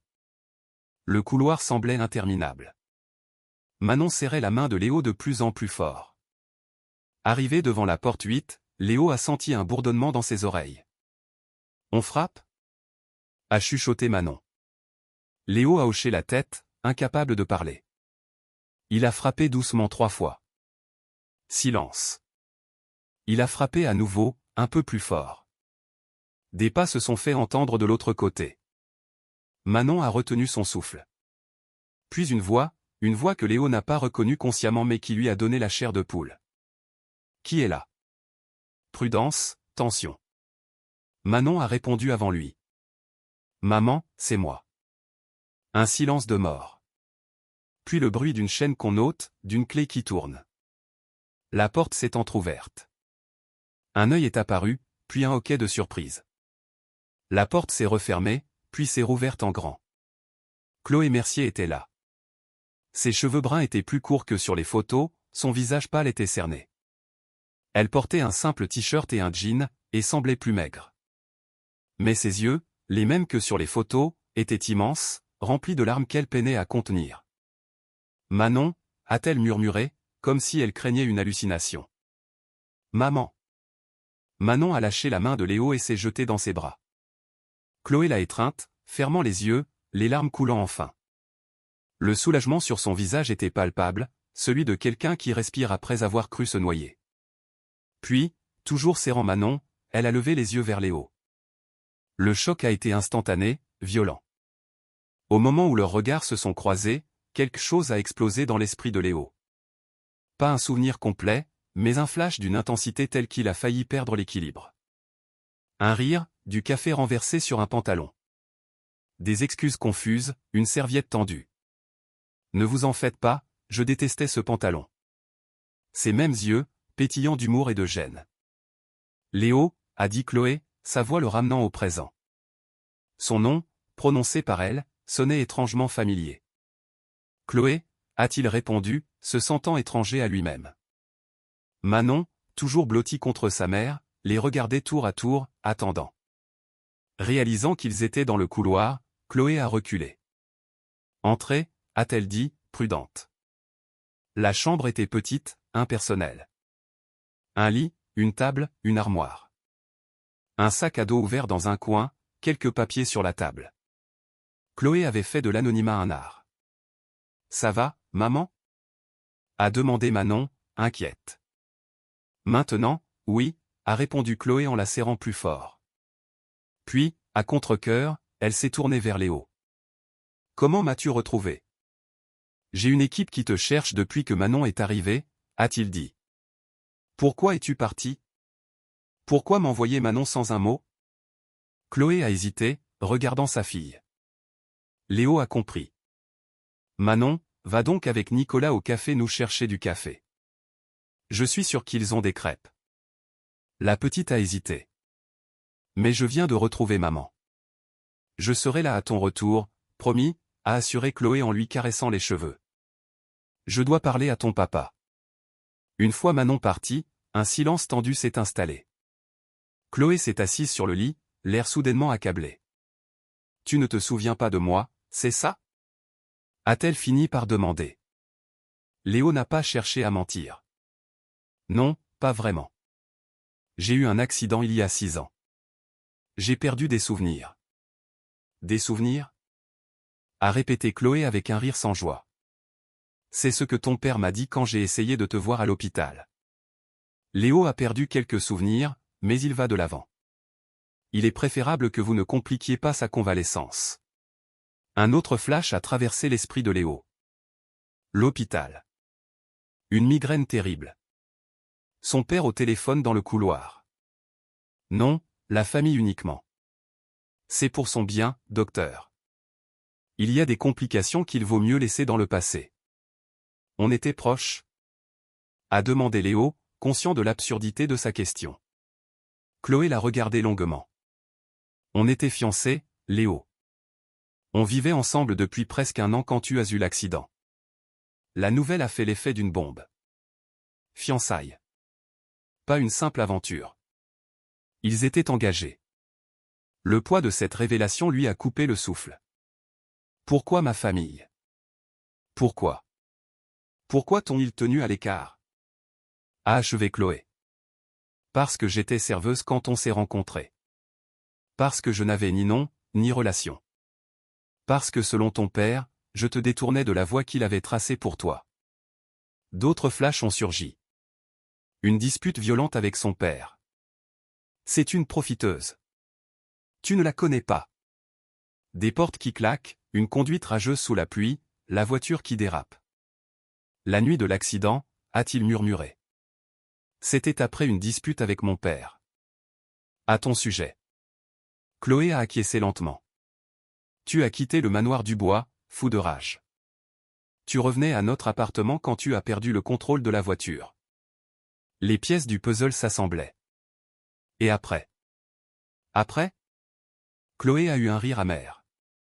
Après, à l'hôpital local, on m'a dit que seule la famille était autorisée. Quand j'ai insisté, on a appelé la sécurité. J'ai essayé tous les jours pendant 2 semaines. La 3e semaine, ton père a enfin accepté de me parler. Chloé s'est interrompue, la douleur de se souvenir encore vive. Il m'a dit que tu avais perdu une partie de ta mémoire, y compris notre histoire. Que les médecins déconseillaient tout choc émotionnel. Qu'il valait mieux pour toi de repartir à zéro, sans complications. Et tu l'as cru ? A demandé Léo, incrédule. Non, a rétorqué Chloé. J'ai tout essayé pour te contacter. Lettres, appels. Je suis même allé à ton entreprise. Les gardes avaient ma photo. Ta famille avait érigé une forteresse autour de toi. Les fragments de mémoire prenaient un sens sinistre. Son père, sa famille. Il l'avait délibérément coupé de la femme qu'il aimait, profitant de son amnésie pour réécrire sa vie. Puis tu as appris que tu étais enceinte, a-t-il conclu, le poids de cette réalité l'écrasant. Chloé a hoché la tête. 2 semaines après avoir renoncé à te voir. J'ai pensé réessayer. Même Jean Dubois ne pouvait pas refuser à un homme de connaître son enfant. Mais j'ai reçu la visite d'un avocat de la famille Dubois. Il m'a offert une grosse somme d'argent pour disparaître. Quand j'ai refusé, les menaces ont commencé. Subtiles, puis directes. J'ai perdu mon travail. Mon appartement a pris feu. J'ai compris. Léo était écœuré. Sa famille était allée jusque-là. Alors tu as fui. J'ai fui pour protéger notre fille, l'a corrigé Chloé. J'ai bougé sans cesse, changeant de ville, de travail. Toujours sur mes gardes, craignant qu'il nous retrouve. Pendant 6 ans, a murmuré Léo, mesurant enfin l'ampleur du sacrifice. Tu as élevé notre fille seule, en cavale, pendant 6 ans. Et j'aurais continué s'il ne nous avait pas retrouvés, a dit Chloé, le visage las. Il y a 2 mois, j'ai remarqué qu'on nous suivait. J'ai reconnu un des hommes de Jean. Je savais que ce n'était qu'une question de temps. Alors j'ai pris la décision la plus dure de ma vie. M'envoyer Manon. Chloé a acquiescé, des larmes silencieuses coulant sur ses joues. Tu étais le seul à pouvoir la protéger. Je savais que si elle arrivait jusqu'à toi, même ton père n'oserait pas lui faire de mal. Elle porte le nom des Dubois. Léo était submergé par un cocktail d'émotions. La colère contre sa famille, la culpabilité, le chagrin du temps perdu, mais surtout, la prise de conscience des vies brisées par la manipulation de son père. Je suis tellement désolé, a-t-il fini par dire, la voix brisée. Désolé pour tout ce que tu as enduré, de ne pas avoir été là, de ne pas me souvenir. Chloé l'a regardé, son expression mêlant douleur, fatigue, et peut-être une lueur de compréhension. Ce n'était pas ta faute, Léo. Tu n'as pas choisi d'oublier. Ils ont profité de la situation. Tu as été autant une victime que moi. Léo a fait un pas hésitant, ne sachant comment réconforter cette femme qui avait été tout pour lui et dont il n'avait qu'un souvenir parcellaire. À cet instant, un autre flash, plus net. Chloé dans ses bras, sur un vieux canapé, du jazz en fond sonore. Elle riait contre son cou. Je n'aurais jamais cru tomber amoureuse d'un homme en costume. Je n'aurais jamais cru troquer mon costume contre un jean troué. Paix, bonheur, amour. Je commence à me souvenir, a-t-il dit doucement. Des bribes, des moments, des sensations. Chloé a hoché la tête, essuyant ses larmes. Manon te ressemble tellement quand elle sourit, a-t-elle dit. Chaque fois que je la regardais, c'est toi que je voyais. C'était à la fois mon réconfort et ma torture. Le bruit des pas de Manon a annoncé son retour. Elle est entrée en trombe avec un sac en papier. J'ai des crêpes pour tout le monde, a-t-elle annoncé. Et du café pour les grands. Chloé a souri à sa fille, un vrai sourire qui a illuminé son visage fatigué. Puis elle s'est tournée vers Léo, une question muette dans le regard. Manon, a dit Léo en se penchant vers elle. Toi et ta maman, vous rentrez avec moi. À la maison. Notre maison. Si elle est d'accord. Manon a regardé sa mère avec espoir. Chloé semblait prudente, mais n'a pas rejeté l'idée. On doit encore parler, a-t-elle finalement dit. Il y a beaucoup de choses à régler. Mais pour la première fois en 6 ans, il y avait de l'espoir. Une famille brisée par la manipulation et l'amnésie avait une chance de se reconstruire, même si le chemin serait long. Léo a compris qu'il ne recouvrerait peut-être jamais tous ses souvenirs. Mais en regardant Manon distribuer des crêpes, il a su qu'il n'avait peut-être pas besoin de tout le passé. Ils pouvaient en construire un nouveau, ensemble. 3 semaines après avoir retrouvé Chloé, Léo se réveilla un matin avec une certitude absolue. Les séances avec le docteur Lefebvre avaient porté leurs fruits. Ses souvenirs étaient presque entièrement revenus. Plus de flashs aléatoires, mais des pans entiers de sa vie avec Chloé. Il se souvenait de la bague de fiançailles, un simple diamant qu'il lui avait offert sous les étoiles. Il se souvenait de leur appartement, de leurs projets. De la nuit de l'accident, après la dispute avec son père. Le puzzle de sa mémoire était enfin reconstitué. Il était temps d'affronter sa famille. J'ai besoin de voir toute la famille aujourd'hui. Urgent. Chez moi. 14 heures, a-t-il texté à son père. La réponse ne s'est pas fait attendre. Impossible. Réunion du conseil d'administration. J'ai annulé la réunion du conseil d'administration il y a 10 minutes. J'ai déjà prévenu tous les membres. Aujourd'hui. 14 heures. Au petit déjeuner, Léo regardait Chloé et Manon choisir la couleur de la chambre de la petite. Il y avait une normalité précieuse dans cette scène, qui lui serrait le cœur. C'était ce qu'il aurait pu avoir depuis 6 ans. Ma famille vient cet après-midi, a-t-il annoncé. Il est temps de mettre les choses au clair. Chloé l'a regardé, tendue. Que comptes-tu faire, exactement? J'ai retrouvé la quasi-totalité de mes souvenirs. Je sais ce qu'ils ont fait, et je ne les laisserai plus menacer notre famille. Notre famille, a répété Chloé avec une pointe d'amertume. Oui. Quoi qu'il advienne de nous, nous sommes une famille, et je veillerai à ce que personne ne s'en mêle à nouveau. À 14 heures précises, les voitures de luxe se sont garées devant la maison. Jean et Monique Dubois en tête, suivis de Stéphane, Valérie et leurs conjoints. Léo les a accueillis dans le grand salon, Chloé à ses côtés. Bien, a commencé Jean sans détour. La situation a donc empiré. Son regard glacial s'est posé sur Chloé, qui l'a soutenue sans ciller. Asseyez-vous, a dit Léo. Ce que j'ai à dire sera bref, mais je veux que vous l'entendiez tous. Léo est resté debout, sentant le dernier fragment de mémoire se mettre en place, le jour de l'accident, où il comptait annoncer ses fiançailles. J'ai retrouvé mes souvenirs, a-t-il annoncé. Tous. Je me souviens de notre rencontre, de notre amour, de notre décision d'être ensemble malgré votre opposition. Jean a à peine sourcillé. Les rêveries romantiques ne changent rien au fait, Léo. Tu as eu un grave accident. Et vous avez profité de mon amnésie pour réécrire ma vie, a coupé Léo, pour en effacer Chloé. Stéphane s'est éclairci la gorge. Léo, nous avons fait ce qui était le mieux. Le mieux? Léo a failli rire. Menacer une femme enceinte, mettre le feu à son appartement. Monique a pâli, regardant son mari. Jean, tu avais dit que tu l'avais seulement persuadé. Jean est resté de marbre. Tout a été fait pour te protéger et protéger l'entreprise. Cette serveuse te déviait de ta trajectoire. Ce n'était pas un caprice, est intervenue Chloé d'une voix ferme. Nous étions fiancés. Quand j'ai su que j'étais enceinte, je voulais juste que Léo sache qu'il allait être père. Valérie a regardé son père, horrifié. Tu lui as offert de l'argent pour disparaître. Alors qu'elle portait ton petit enfant. Une prétendue grossesse, c'est le plus vieux stratagème du monde, a défendu Stéphane. Manon à mes yeux, mon nez, mon rire, a rétorqué Léo. Vous avez vu le test ADN. C'est ma fille, et vous m'avez volé 6 ans de sa vie. Jean s'est tourné vers Chloé. Que voulez-vous? De l'argent? Une reconnaissance? Chloé s'est avancée. Je veux que vous restiez loin de ma fille.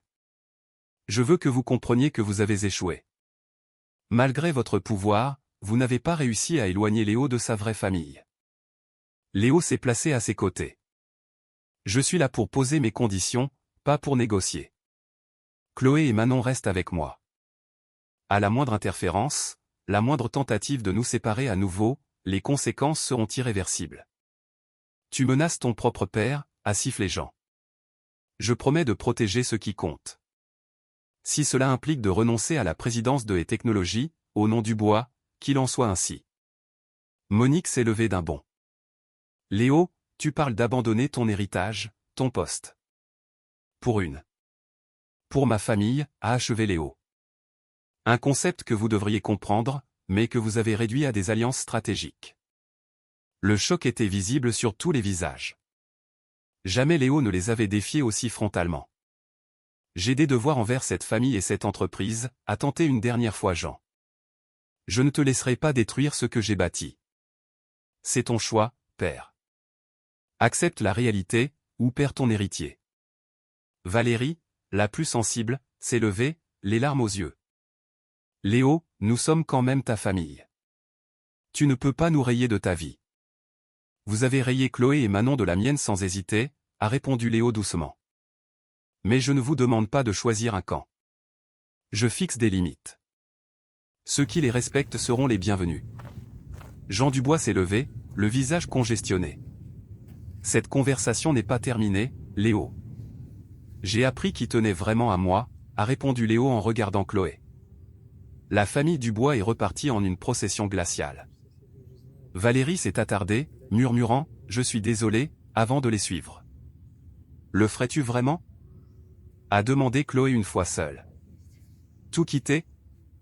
Je l'ai déjà fait en décidant de les affronter. Ils ne lâcheront pas facilement, a prévenu Chloé. Je ne leur demande pas. Juste de respecter mon choix. » Léo a hésité, puis a caressé la joue de Chloé. « Un choix que j'ai déjà fait une fois, en te donnant cette bague. » Chloé n'a pas reculé, mais son regard est resté prudent. Nous sommes des personnes différentes aujourd'hui. Oui, mais certaines choses n'ont pas changé. Ce que je ressentais pour toi, ce que je ressens encore. C'est réel. Manon est arrivée en courant, interrompant leur conversation. Ils sont déjà partis ? A-t-elle demandé. Léo s'est agenouillé. Oui, ils sont partis. Ils étaient fâchés ? A demandé Manon avec perspicacité. Un peu, a admis Léo. Mais ça n'a plus d'importance. On reste tous ensemble, ici ? Léo a regardé Chloé, lui laissant la décision. Chloé n'a hésité qu'un instant. Oui, Manon. On reste. Pour le moment. C'était un commencement. 3 mois plus tard, la maison de bord de mer en Bretagne était presque achevée. Sur un coup de tête, Léo avait acheté le terrain et surpris Chloé avec les plans. Ce n'est pas le manoir Dubois, avait-il expliqué. C'est quelque chose de nouveau, à nous. Cet après-midi ensoleillé, Léo supervisait les finitions quand Chloé l'a rejoint. Manon, au loin, construisait un château de sable avec Valérie, étonnamment la première de la famille Dubois à avoir cherché la réconciliation. Elle te ressemble tellement quand elle sourit, a dit Chloé. Et elle a ta ténacité, a répondu Léo. Ce château a été refait 3 fois parce qu'il n'était pas parfait. Chloé a ri, et ce rire a fait chavirer le cœur de Léo. Chacun de ses sourires était une victoire. J'ai trouvé quelque chose, a-t-elle dit en tendant sa main fermée. En triant les derniers cartons. Léo a tendu la paume, et Chloé y a déposé un petit objet métallique. La bague.